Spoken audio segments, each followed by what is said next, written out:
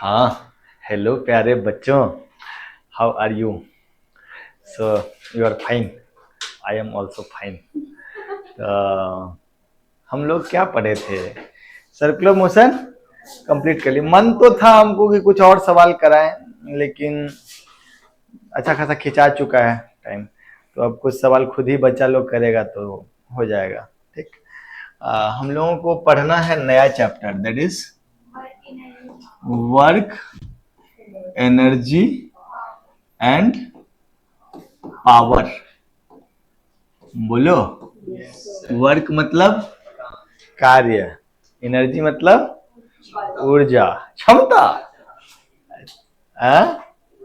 अब पावर मतलब शक्ति। अच्छा, ताकत। एनीवे, सो हम लोग एक्चुअली वर्क एनर्जी पावर पढ़ने के पीछे वजह है कि हम लोग जो मैकेनिक्स है उसके एक और एस्पेक्ट के बारे में बात करें। अभी तक हम लोग मैकेनिक्स में क्या क्या बात करते थे? डिस्टेंस, डिस्प्लेसमेंट, स्पीड के भिन्न भिन्न प्रकार, इंस्टेंटेनियस एवरेज, वेलोसिटी के भिन्न भिन्न प्रकार, इंस्टेंटेनियस एवरेज, एक्सेलरेशन के भिन्न भिन्न प्रकार। सर्कुलर में तो और भी अलग अलग रूप में एक्सेलरेशन का नाम हो जाता है, सेंट्रीपिटल एंड टेंजेंशियल। वैसे एवरेज एक्सेलरेशन, इंस्टेंटेनियस एक्सेलरेशन ना। बोलो। फोर्स का भी चर्चा कर लिए, फोर्स का चर्चा कर लिए स्ट्रेट लाइन मोशन में, और 2D मोशन में, मैंने सर्कुलर मोशन में भी बात कर ही लिए है ना। एंगुलर वेलोसिटी वगैरह का भी बात कर लिए।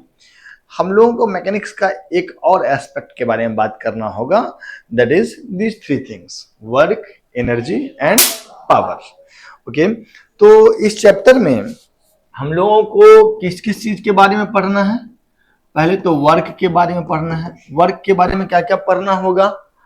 वर्क क्या होता है, नहीं, वर्क डन बाय फोर्स कैसे कैलकुलेट करते हैं। फोर्स कई बार कांस्टेंट होगा, कई बार वेरिएबल होगा। दोनों परिस्थिति में वर्क कैसे कैलकुलेट करेंगे। जितने फैमिलियर फोर्सेज हैं हम लोगों के जान पहचान का फोर्स, नहीं, ग्रेविटी के द्वारा वर्क डन क्या होगा, या नॉर्मल रिएक्शन के द्वारा वर्क डन क्या होगा, या टेंशन के द्वारा वर्क डन क्या होगा, या स्प्रिंग फोर्स के द्वारा वर्क डन क्या होगा, या कोई बच्चा एक्सटर्नल एजेंट कोई है तो उसके द्वारा क्या वर्क डन होगा। तो वर्क कैलकुलेशन पे हम लोग बहुत ध्यान देंगे। इन जनरल पता करेंगे, फिर स्पेसिफिक भी पता करेंगे, और फिर based on work done by force हम लोग फोर्सेज का कैटेगराइजेशन भी करेंगे, called conservative and non conservative force. इसका भी चर्चा करेंगे कि वर्क डन के बेसिस पे फोर्सेज को कैसे बंटवारा करते हैं conservative and non conservative force में। ठीक है बच्चों? yes, और उसके बाद फिर हम लोग एनर्जी के बारे में बात करेंगे। ठीक, एनर्जी में मुख्यतया दो प्रकार की एनर्जी का बात करेंगे, एक काइनेटिक एनर्जी और एक पोटेंशियल एनर्जी। बाकी हीट वगैरह सब जो है उसके लिए अलग चैप्टर ही डेडिकेटेड है, उस चैप्टर में हम लोग बात करेंगे, है ना। और जब एनर्जी का हम लोग बात कर लेंगे तो वहां पे वर्क और एनर्जी के आपस के संबंधों के बारे में बात करेंगे, that is called work energy theorem, that is called work energy.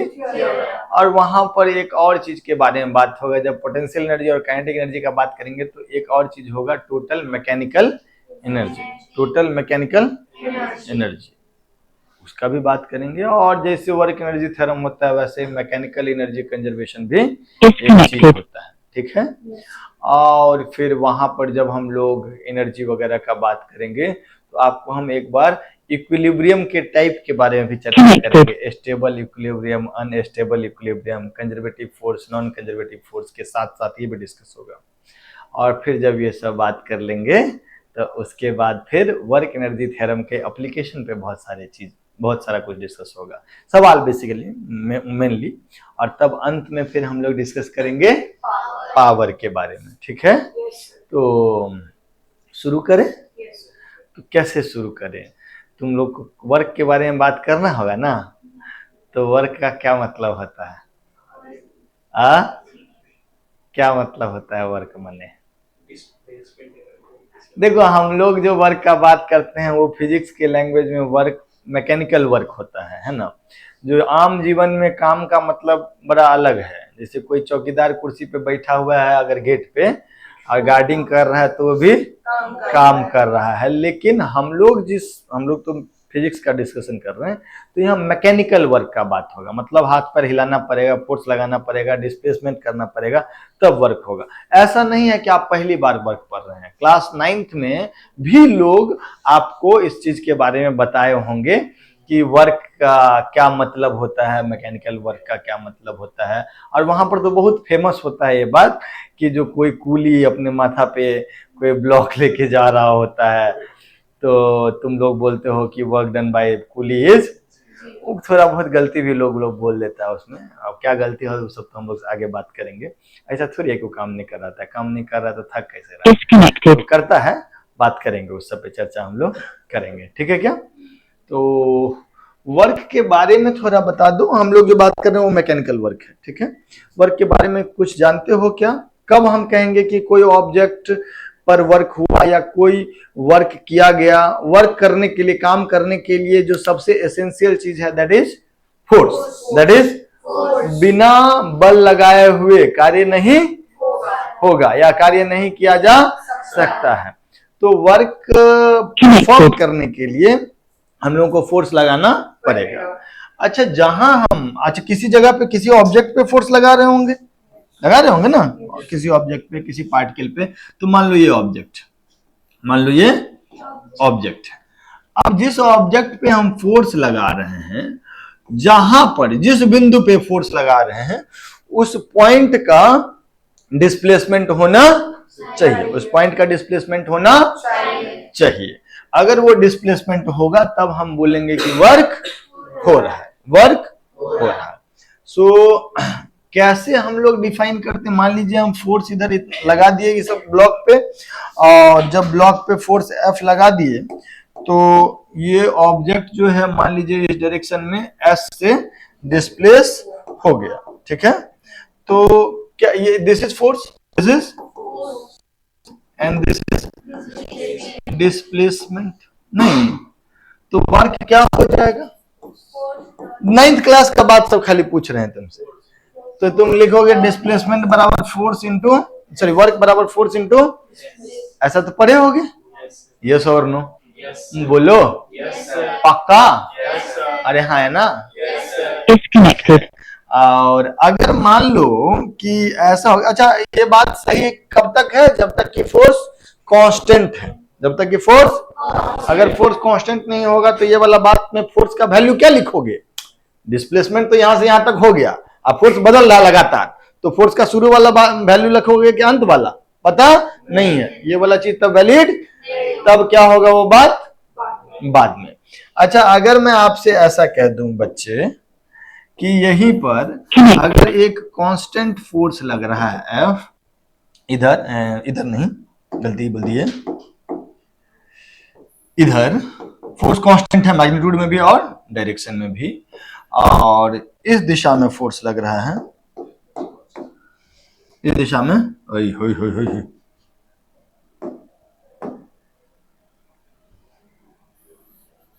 इस दिशा में डिस्प्लेसमेंट हो रहा है। इधर फोर्स लगाएं, खींचते हैं ना कभी कभी किसी ब्लॉक को, ऐसे डिस्प्लेसमेंट इधर हो रहा है, तो वर्क का वैल्यू क्या लिखते हैं हम लोग? ये बात हम लोग 9th में पढ़े थे यार। जानते हो हम लोग के जनरेशन के टाइम पे ट्रिग्नोमेट्री 9th में दिया हुआ था, अब तो बोतल हो गया है सब। ट्रिग्नोमेट्री 10th में दे दिया। 9th में कुछ नहीं बात करता है, मतलब कोई साइन थीटा कॉस थीटा नहीं, थोड़ा थोड़ा करना चाहिए था, है ना। एनीवे, तो ये जो हो गया वर्क हो गया Fs कॉस थीटा होता है। इसमें भी फोर्स का मैग्नीट्यूड और डायरेक्शन कांस्टेंट होगा तभी ये बात वैलिड होगा। इसको अगर हम लोग लिखना चाहें तो ऐसा लिख सकते हैं बाबू, F vector dot S vector, है ना? बोलो। तो इस कहानी से हमको क्या सीख मिलता है कि work is a vector quantity और स्केलर क्वांटिटी। दो वेक्टर के डॉट प्रोडक्ट से आया है, तो डॉट प्रोडक्ट से क्या निकल के आता है? तो work is a scalar 1 minute बच्चा, इसका यूनिट क्या लिख दे? Unit is newton into metre. तो न्यूटन मीटर का एक अलग से नाम है, दैट इज कॉल्ड जूल। तो यूनिट इज कौन सा unit? SI unit is joule. Newton metre, अरे ये नहीं कि जूल न्यूटन मीटर लिख लेना।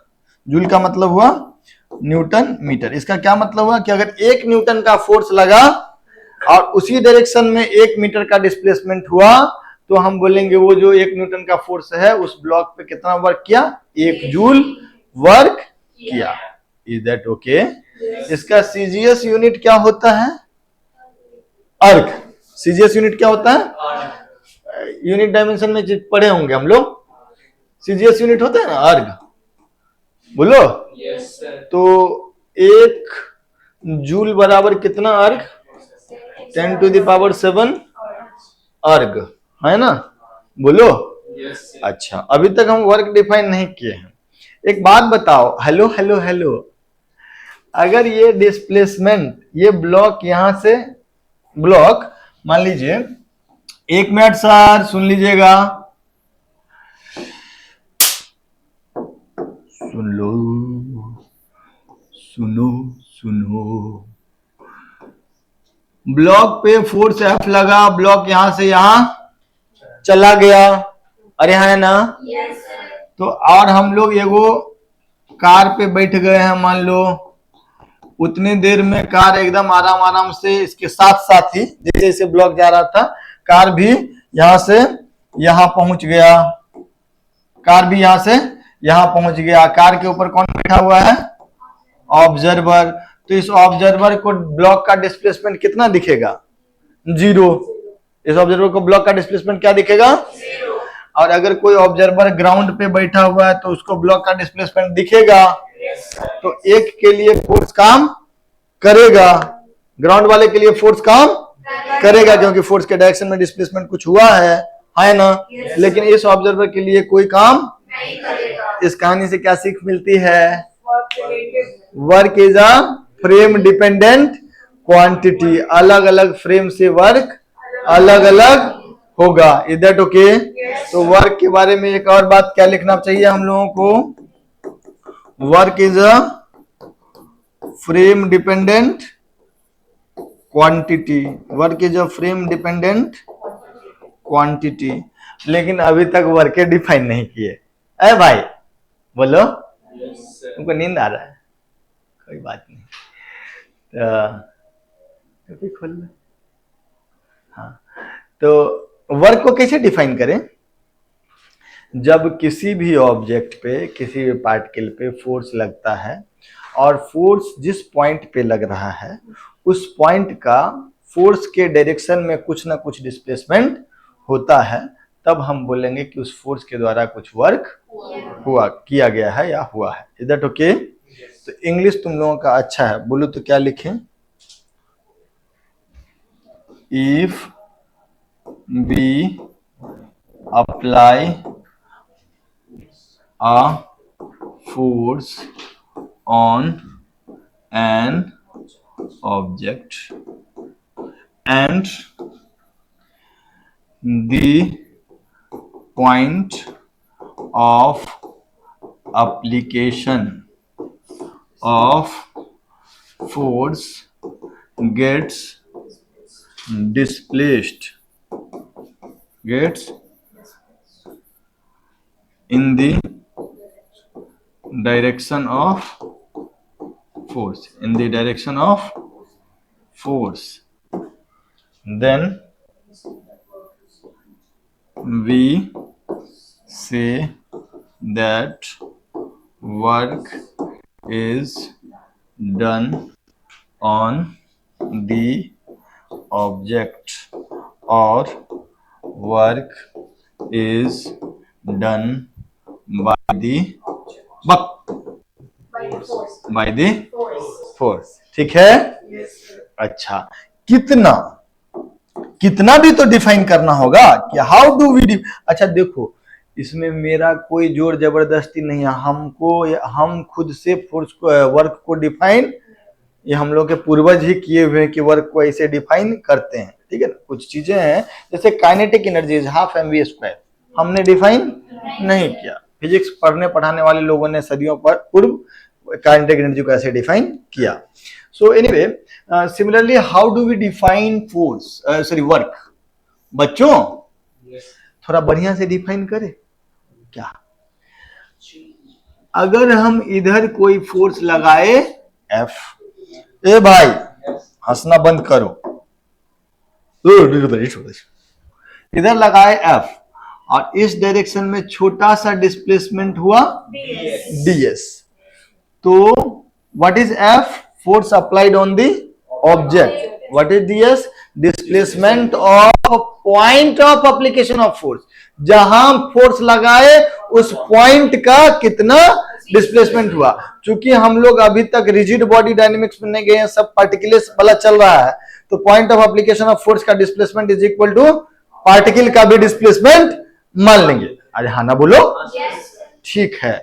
If force F is applied on an object and object get displaced by a small displacement ds, then work done या a small work done by force F is dw is equal to F dot ds. dw is equal to F dot ds. Is that okay?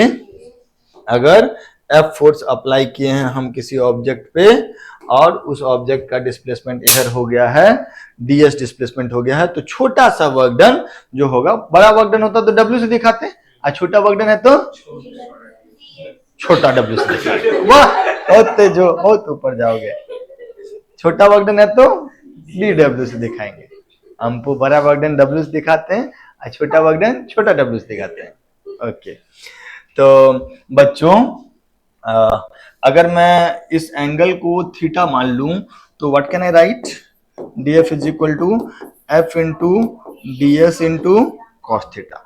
और अगर हम लोग बड़े एक minute sir, अगर हम बड़े डिस्प्लेसमेंट के लिए इसी वर्क का वैल्यू पता करना चाहें तो ऐसे ही छोटे छोटे वर्क को जोड़ेंगे, छोटे छोटे चीज को के समेशन को हम लोग क्या बोलते हैं?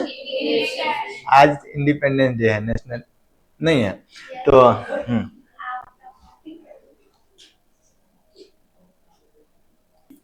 ठीक है। तो इंटीग्रेशन, छोटे छोटे चीजों के समेशन को हम लोग क्या बोलते हैं? इंटीग्रेशन। तो W क्या हो जाएगा? Integration of D, that is integration of F D S cos theta. Yes और नो? अब यहीं पर थोड़ा सा स्पेशल केस का बात कर लें क्या? बोलो yes, क्या होगा स्पेशल केस?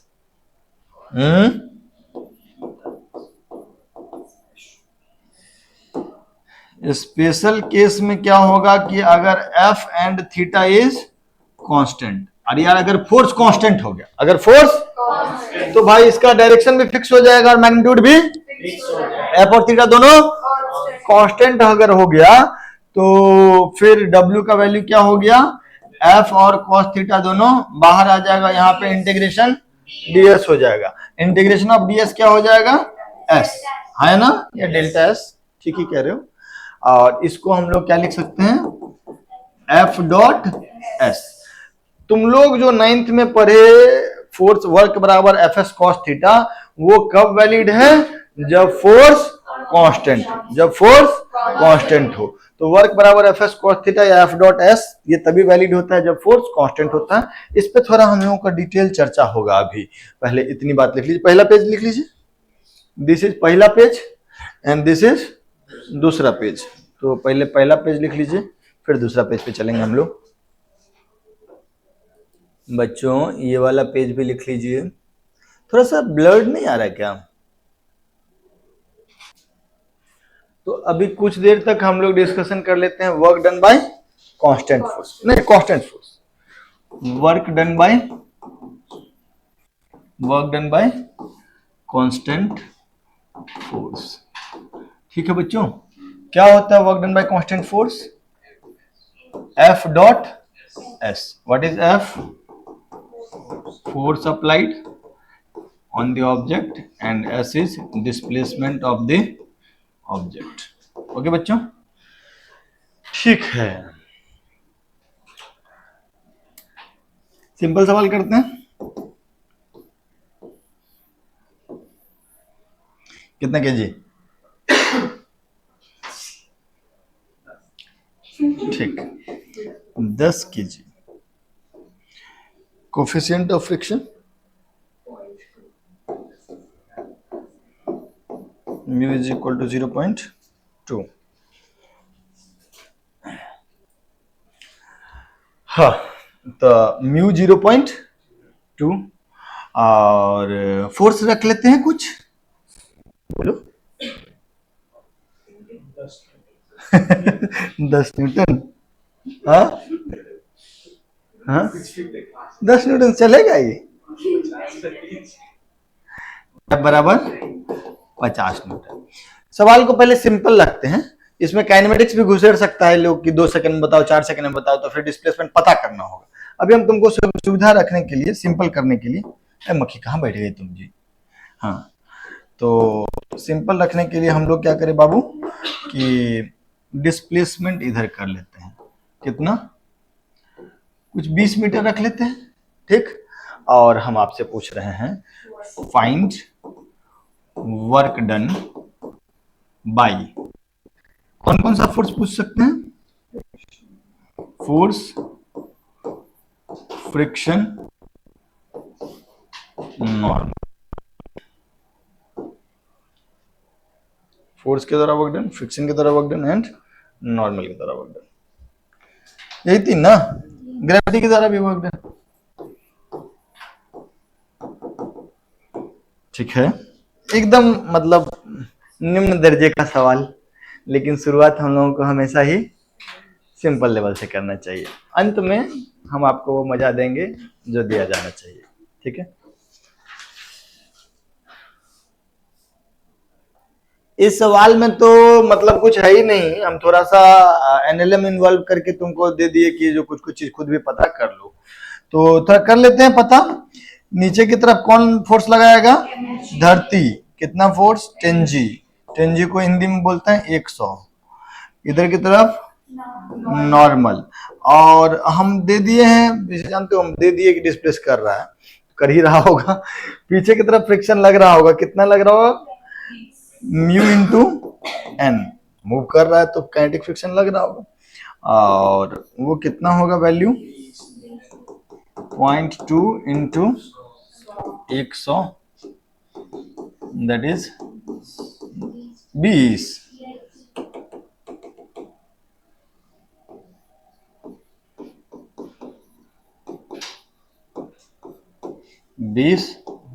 Newton, okay. और उसके बाद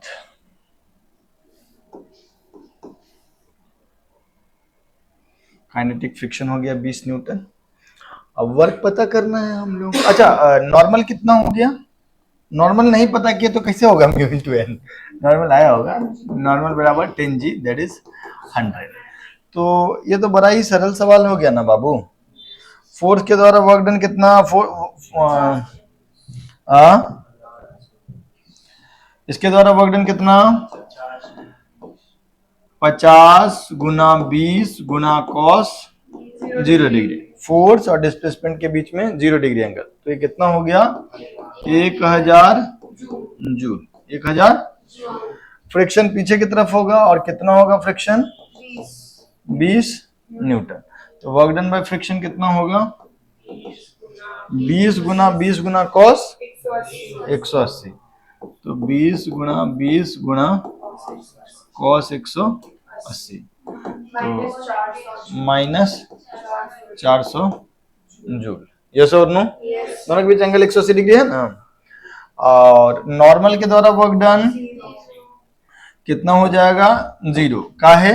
नॉर्मल ऊपर की तरफ है और डिस्प्लेसमेंट हॉरिजॉन्टल डायरेक्शन में, दोनों के बीच एंगल 90 डिग्री, तो ये हो जाएगा 100 into 20 into cos 90, that is 0, that is yes और नो? बोलो बच्चों। हाँ, ओके बच्चों। और ग्रेविटी के द्वारा वर्क डन, ग्रेविटी के द्वारा भी वर्क डन क्या होगा? का है? ग्रेविटी द्वारा वर्क डन 0 होगा, ग्रेविटी नीचे, डिस्प्लेसमेंट इधर, तो 100 into 20 into cos 90 that is equal to that is 0 that is 0 that okay. अरे है ना। आगे बढ़े। बोलो।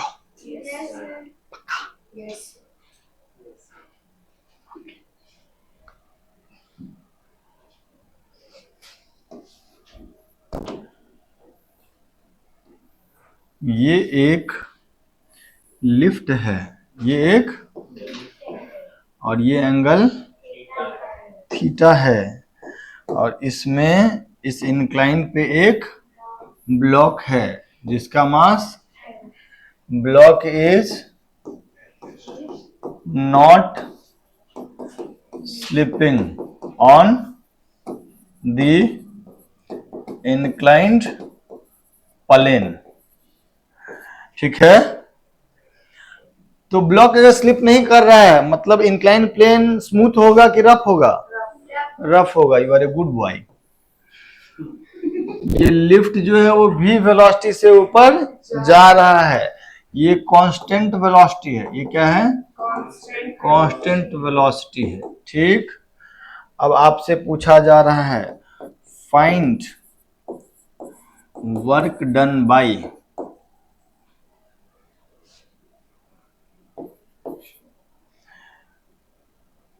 mg या work done by gravity, normal और friction on the block in कितना सेकेंड? t second. ठीक है बच्चों, दी सिंपलेस्ट ऑफ ऑल। नहीं, अभी जो हम लोग करें शुरुआत ही किए हैं तो साधारण साधारण क्वेश्चन से ही करेंगे हम लोग। तो सिंपल क्वेश्चन है, इसको भी कीजिए। हाँ बच्चों, एक लिफ्ट है, एक इंक्लाइन प्लेन है, एंगल थीटा बना रहा है, इस पर एक ब्लॉक रखा हुआ है, ब्लॉक इस इंक्लाइन प्लेन पे स्लिप नहीं कर रहा है, और ये लिफ्ट ऊपर जा रहा है कितने वेलोसिटी से? v वेलोसिटी से, कांस्टेंट वेलोसिटी से। तो अगर ये ब्लॉक इस इंक्लाइन पे स्लिप नहीं कर रहा है तो पक्का से यहाँ पे फ्रिक्शन होगा, है ना।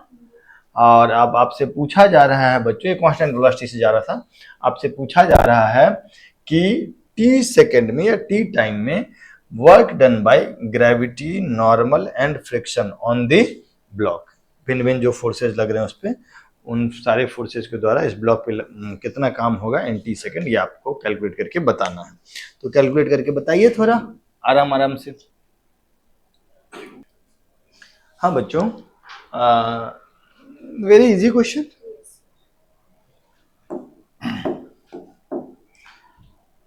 नीचे की तरफ क्या फोर्स लग रहा है? mg, और इधर की तरफ तो क्या mg का एक कंपोनेंट इसको नीचे खींचना चाह रहा होगा ना, लेकिन ये स्लाइड तो नहीं कर रहा है, ऐसा सवाल वाला बोल दिया। दैट मीन्स इस दिशा में फ्रिक्शन लग रहा है, स्लाइडिंग का टेंडेंसी इधर है ना, तो फ्रिक्शन इधर लग रहा है, और उस फ्रिक्शन का वैल्यू कितना है? क्योंकि स्लाइड नहीं कर रहा है तो फ्रिक्शन स्टैटिक की काइनेटिक? स्टैटिक फ्रिक्शन का वैल्यू कितना होता है?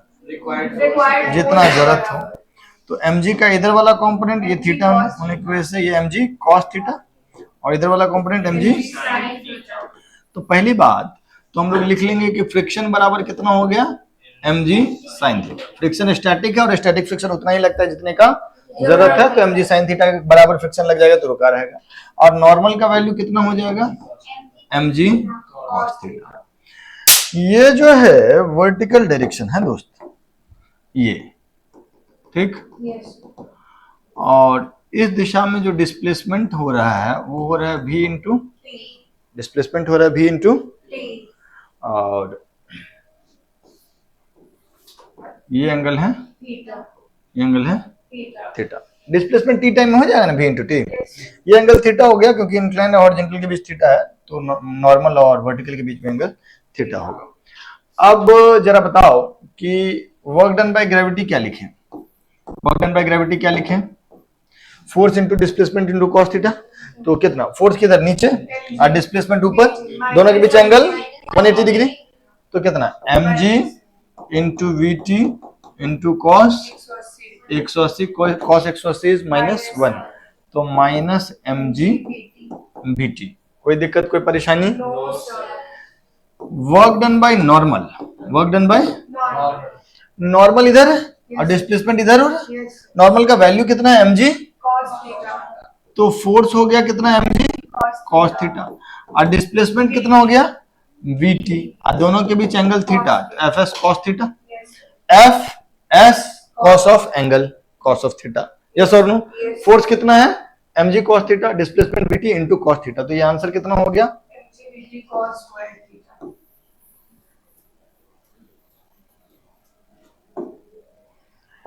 mg vt cos square theta. कोई दिक्कत, कोई परेशानी? ओके बच्चों, फ्रिक्शन, फ्रिक्शन इधर है। फ्रिक्शन और डिस्प्लेसमेंट के बीच आप एंगल अगर पूछेंगे हम, तो आप क्या बताएंगे? 90 degree minus theta. So what is work done by friction? Friction into displacement into cos 90 minus theta. Friction का वैल्यू कितना है? mg sin theta. फ्रिक्शन का वैल्यू कितना है? mg sin theta. तो ये हो गया mg sin theta into displacement कितना? vt into cos 90 minus theta is sin theta. cos 90 minus theta is sin theta. तो ये हो गया mg vt sin square theta.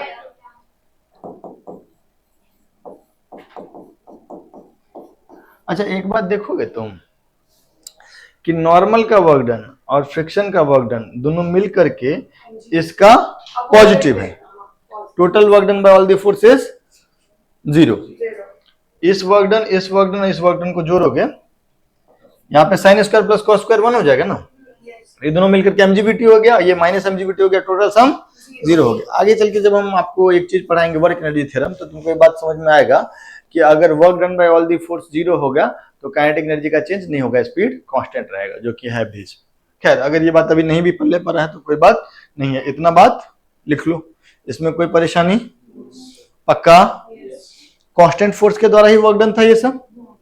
अच्छा, माने कांस्टेंट फोर्स के वर्क डन में एक चीज तुमको परेशान कर सकता है कि या तो उसमें एनएलएम यूज कर लेगा या काइनेमेटिक्स यूज कर लेगा, ऐसा भी कर सकता है थोड़ा परेशान करने के लिए। जैसे कि इसको मैं हटा दूं, हटा दूं? अरे बोलो।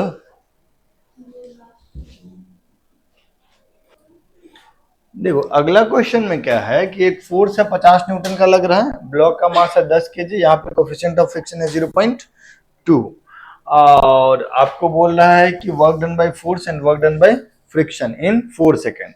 तो इस सवाल में क्या किया, पहले तो आपको एनएलएम यूज करवा करके सारा फोर्स कैलकुलेट करवाएगा और उसी फोर्स को कैलकुलेशन के बाद आपसे एक्सेलरेशन कैलकुलेट करवाएगा, फिर एक्सेलरेशन कैलकुलेट होने के बाद काइनेमेटिक्स यूज करके डिस्प्लेसमेंट कैलकुलेट करवाएगा 4 सेकंड में, और उसके बाद फिर वर्क कैलकुलेट होगा। तो आपका काइनेमेटिक्स, एनएलएम और वर्क एनर्जी सब चीज इसमें यूज हो रहा है। जल्दी देखिए, आराम आराम से कीजिए। हाँ सुनो सुनो सुनो, इसमें गलती करने के ढेर सारे तरीके हैं। वन ऑफ द तरीका है कि नॉर्मल को mg के बराबर रख लेना। सुनिए मेरी बात, वो गलत है। फोर्स का इधर वाला कंपोनेंट कितना? F cos 37 that is 4F/5। Force का इधर वाला component F sin 37 that is 3F/5 और नीचे की तरफ 10G और ऊपर की तरफ नॉर्मल, ऊपर की तरफ नॉर्मल है ना, और पीछे की तरफ फ्रिक्शन। डिस्कशन करने का जरूरत नहीं है, ये 4F/5 जो होगा वो 40 होगा नहीं, और 3F/5 30 होगा। आप अगर नॉर्मल का वैल्यू देखिएगा तो नॉर्मल का वैल्यू, 1 मिनट सर, नॉर्मल का वैल्यू आ जाएगा आपका कितना? 100 minus 30 that is 70। n plus 30 बराबर 100, n बराबर 70। तो मैक्सिमम फ्रिक्शन कितना लगेगा? 70 गुना 0.2 माने 14। ये वाला फोर्स अगर 14 से ज्यादा होगा तो काम बन जाएगा, मैंने स्लिप करने लगेगा। तो इसीलिए हमको चूंकि वर्क एनर्जी पावर पढ़ रहे हैं तो ज्यादातर हम जो डेटा देंगे उसमें डिस्प्लेसमेंट हो ही रहा होगा, काइनेटिक फ्रिक्शन लग ही रहा होगा। बट इस फ्रिक्शन का वैल्यू जो होगा चलेगा कि नहीं चलेगा? चलेगा, पक्का चलेगा, क्योंकि मैक्सिमम फ्रिक्शन जो होगा mu into N that is 0.2 into 70 that is 14। तो फ्रिक्शन जो होगा वो काइनेटिक होगा, वो म्यू इंटू एन होगा और उसका वैल्यू हो जाएगा 14 न्यूटन। यस और नो? और इस दिशा में कुछ एक्सेलरेशन हो, इस दिशा में कुछ एक्सेलरेशन होगा। एक्सेलरेशन का वैल्यू क्या लिखेंगे हम लोग? बोलो। 40 minus 14 is equal to 10 into a is equal to 10 into, तो ये वैल्यू कितना हो जाएगा? 26/10 that is 13/5 metre per second square. आपका कहना सही है, 2.6। अच्छा, तो डिस्प्लेसमेंट इन 4 सेकेंड कितना हो जाएगा? v बराबर ut plus half T square, initial velocity 0। तो हाफ a कितना? 13/5 इंटू टी स्क्वायर माने 4 का स्क्वायर। कोई गलत बात है क्या? तो बच्चों ये 13/104/5।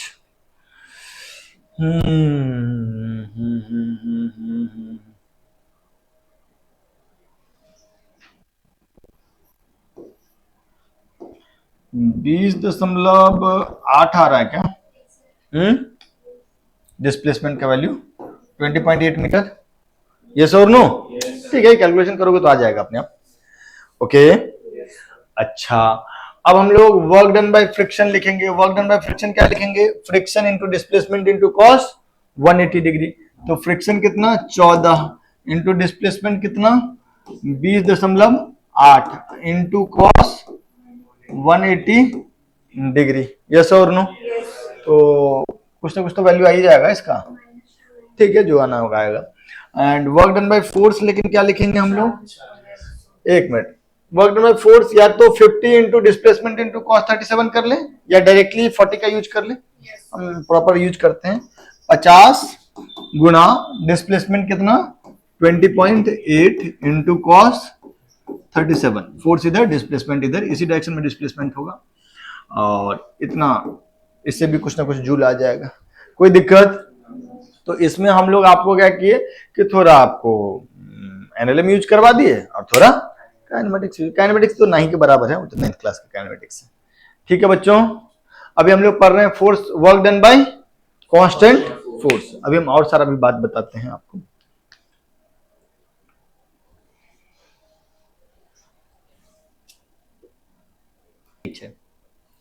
बच्चों एक दो बात हम और आपको कहेंगे, मतलब पढ़ाएंगे।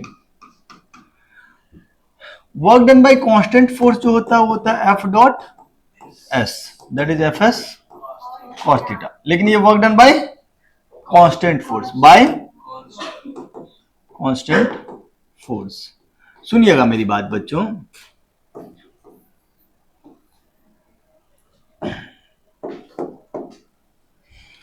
अगर इधर फोर्स है और इधर डिस्प्लेसमेंट है और दोनों के बीच एंगल थीटा, तो ये जो एफ एस कॉस थीटा है ना, इसको आप ऐसे भी लिख सकते हैं, F into S cos theta. S cos theta का यहां मतलब क्या होगा समझिएगा। आप इस डिस्प्लेसमेंट को आप दो टुकड़ों में बांट सकते हैं। एक हो गया एस कॉस थीटा और एक हो गया S sine theta. S cos theta क्या हुआ? Displacement in the direction of force. Displacement in the direction of force. So आप इसको एफ इंटू डिस्प्लेसमेंट या component of S along F, along F, ये बात भी लिख सकते हैं। Force into component of displacement along force. या कई जगहों पे आप इसको चाहे तो आप ऐसे भी लिख सकते हैं, F cos theta into S, F cos theta into S. मार दी। हाँ, तो हत्या नहीं, हत्या नहीं, वध करता है ना हम लोग का, मानव कल्याण के लिए ये हत्या। एफ कॉस थीटा, तो एफ कॉस थीटा क्या हुआ, component of f along s into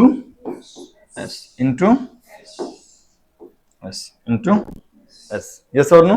Yes, component of f along s into s। तो डिस्प्लेसमेंट के अलॉन्ग फोर्स का कंपोनेंट इंटू डिस्प्लेसमेंट, या फोर्स के अलॉन्ग डिस्प्लेसमेंट का कंपोनेंट इंटू फोर्स, दोनों तरीके से बात को समझ सकते हैं। आपको लिखना, आप अगर लिखना चाहें तो आप लिख सकते हैं। यहाँ पे f का अगर इस डायरेक्शन में कंपोनेंट लेते तो इधर कितना आता, f cos थीटा, और इधर की तरफ f का कंपोनेंट क्या आता है, f sin थीटा। तो हम f cos थीटा से s को मल्टीप्लाई कर दिए। Is that okay?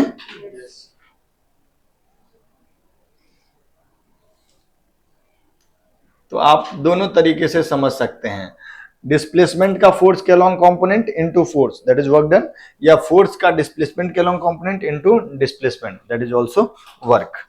तो इस पे भी बेस्ट कुछ सवाल करेंगे अभी। बच्चों, एक ब्लॉक है, किसी रस्सी के सहारे बंधा हुआ है, ठीक है, एक कांस्टेंट फोर्स F, मैग्नीट्यूड भी कांस्टेंट और डायरेक्शन भी कांस्टेंट, ब्लॉक को खींच करके आपको A से B तक पहुंचा दिया, ऐसे करके लेके गया है, ठीक है। ब्लॉक तो ऐसे ही जाएगा, फोर्स इधर लग रहा है, ठीक। A से B तक गया है ब्लॉक। इस पूरी प्रक्रिया में ग्रेविटी के द्वारा, फोर्स F के द्वारा कितना वर्क हुआ और ग्रेविटी के द्वारा कितना वर्क हुआ, ये कैलकुलेट करके आपको बताना है। कांस्टेंट फोर्स के द्वारा वर्क डन का एक एग्जांपल है ये। आराम आराम से कीजिए, कोई दिक्कत नहीं। सुनिएगा मेरी बात बच्चों, ऑब्जेक्ट यहां से यहां गया नहीं, अगर टेक्निकली बात करोगे तो आपको डिस्प्लेसमेंट तो ये दिखेगा, this is your displacement, yes और नो? यस और नो? लेकिन आप एक ऐसा समझिएगा कि फोर्स इधर लग रहा है, डिस्प्लेसमेंट इधर है, फोर्स के डायरेक्शन में कितना डिस्प्लेसमेंट हो रहा है, यही वाला हो रहा है। थोड़ा देर के लिए समझना,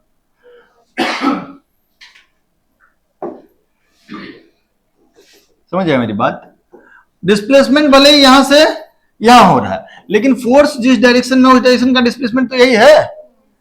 ये अगर L है तो ये वाला लेंथ कितना होगा, मैंने L sin 37 लिखना है, जो करेक्ट है ना। तो इस डायरेक्शन का डिस्प्लेसमेंट कितना हो, सॉरी, इस डायरेक्शन का डिस्प्लेसमेंट कितना हो गया, L sin 37। किस डायरेक्शन का डिस्प्लेसमेंट, फोर्स के डायरेक्शन का, यस और नो? आप वैसे भी अगर लिखते कि ये F है और डिस्प्लेसमेंट इधर है, नहीं, इधर कुछ डिस्प्लेसमेंट है, और अगर आप इस डायरेक्शन में, माने इस डायरेक्शन का मतलब फोर्स और डिस्प्लेसमेंट का डॉट प्रोडक्ट लेते तो यही आता ना, एफ एस कॉस थीटा। तो एस कॉस थीटा जो आता है, इस डिस्प्लेसमेंट का जो हॉरिजॉन्टल कंपोनेंट आता है, वो इसी के बराबर आता है कि नहीं आता, यस और नो? तो यार हम लोग काहे एस कॉस थीटा के चक्कर में पड़े, हम सिंपली लिख देते हैं force into displacement in the direction of force, है ना। What is the displacement in the direction of force, L sin 37। तो वर्क डन बाय फोर्स हो जाएगा F into L sin 37, yes और नो? बोलो, कोई दिक्कत, कोई परेशानी? सुनिएगा मेरी बात,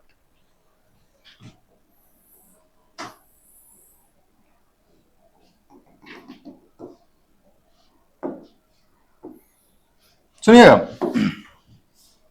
कोई ऑब्जेक्ट यहां था, कोई ऑब्जेक्ट यहां था, यहां से यहां चला गया, और ये L था, ये एंगल 37 डिग्री है, तो ये कितना हो गया, L cos 37 डिग्री, यस और नो? और ये कितना हो गया, L minus L cos 37 degree, yes और नो? Yes sir. फोर्स किधर किधर लग रहा है बच्चों, एक तो नीचे की तरफ mg और इधर की तरफ F, है ना। अब तुम ही बताओ, ये वाला मामला तो निपट गया, कौन सा वाला मामला निपट गया, फोर्स वाला मामला। डिस्प्लेसमेंट इधर था, लेकिन in the direction of displacement कितना, in the direction of force कितना डिस्प्लेसमेंट हो गया, L sin 37। तो वर्क डन बाय फोर्स हो गया F into L sin 37। Gravity के डायरेक्शन में कुछ डिस्प्लेसमेंट हुआ है क्या? नहीं, ग्रेविटी के ऑपोजिट हुआ है। ग्रेविटी के ये जो डिस्प्लेसमेंट है,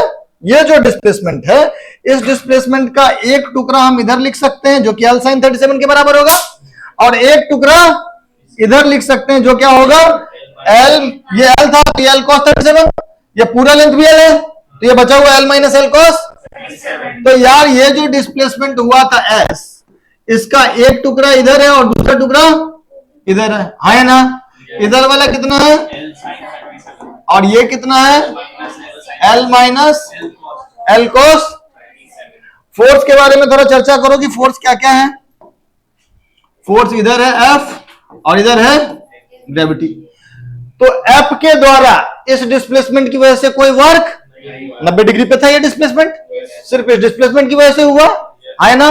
कितना हुआ? F into L sine 37। इस mg के द्वारा क्या L साइन 37 वर्क में पार्टिसिपेट करेगा? क्यों? क्योंकि L साइन 37 और mg दोनों के बीच एंगल 90 डिग्री है, cos 90 0 हो जाएगा। तो इसका और इसका वर्क डन लिखे है ना? ये फोर्स है और डिस्प्लेसमेंट किधर की तरफ है? ऊपर की तरफ। हॉरिजॉन्टल वाले डिस्प्लेसमेंट से हमको मतलब। तो इस mg के द्वारा वर्क डन हम लोग क्या लिखेंगे? वर्क डन बाय ग्रेविटी जो लिखेंगे वो क्या लिखेंगे? mg इंटू ये कितना? L minus L cos 37, L minus L cos into cos 180 degree into cos। Yes और नो? समझ में नहीं आया बात? तो ये हो गया वर्क डन बाय ग्रेविटी और ये हो गया वर्क डन बाय फोर्स। इधर ओके, यहां पर भी चाहो तो तुम लिख लो वर्क डन बाय फोर्स कितना लिखोगे?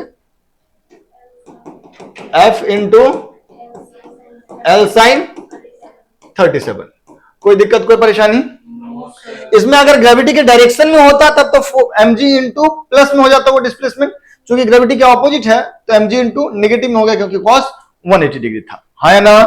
अगर ग्रेविटी के डायरेक्शन में होता इधर तो mg इंटू दैट डिस्प्लेसमेंट होता पॉजिटिव में वर्क डन।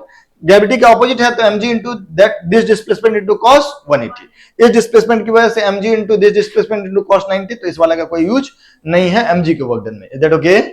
तो क्या आपको दोनों वर्क समझ में आ गया? पक्का पक्का छापो। एक और सवाल कराएंगे।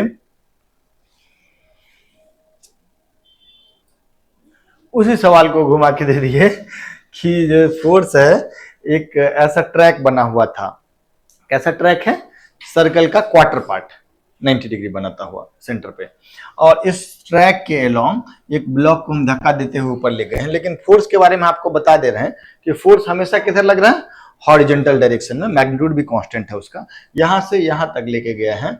आपसे हम पूछ रहे हैं कि during motion from A to B what is the work done by F?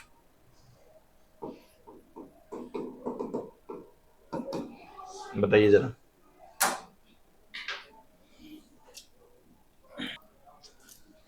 Simple हो जाएगा, कितना? एफ इंटू फोर्स इधर लग रहा है और फोर्स के डायरेक्शन में कितना डिस्प्लेसमेंट है? आर। तो वर्क डन कितना हो जाएगा?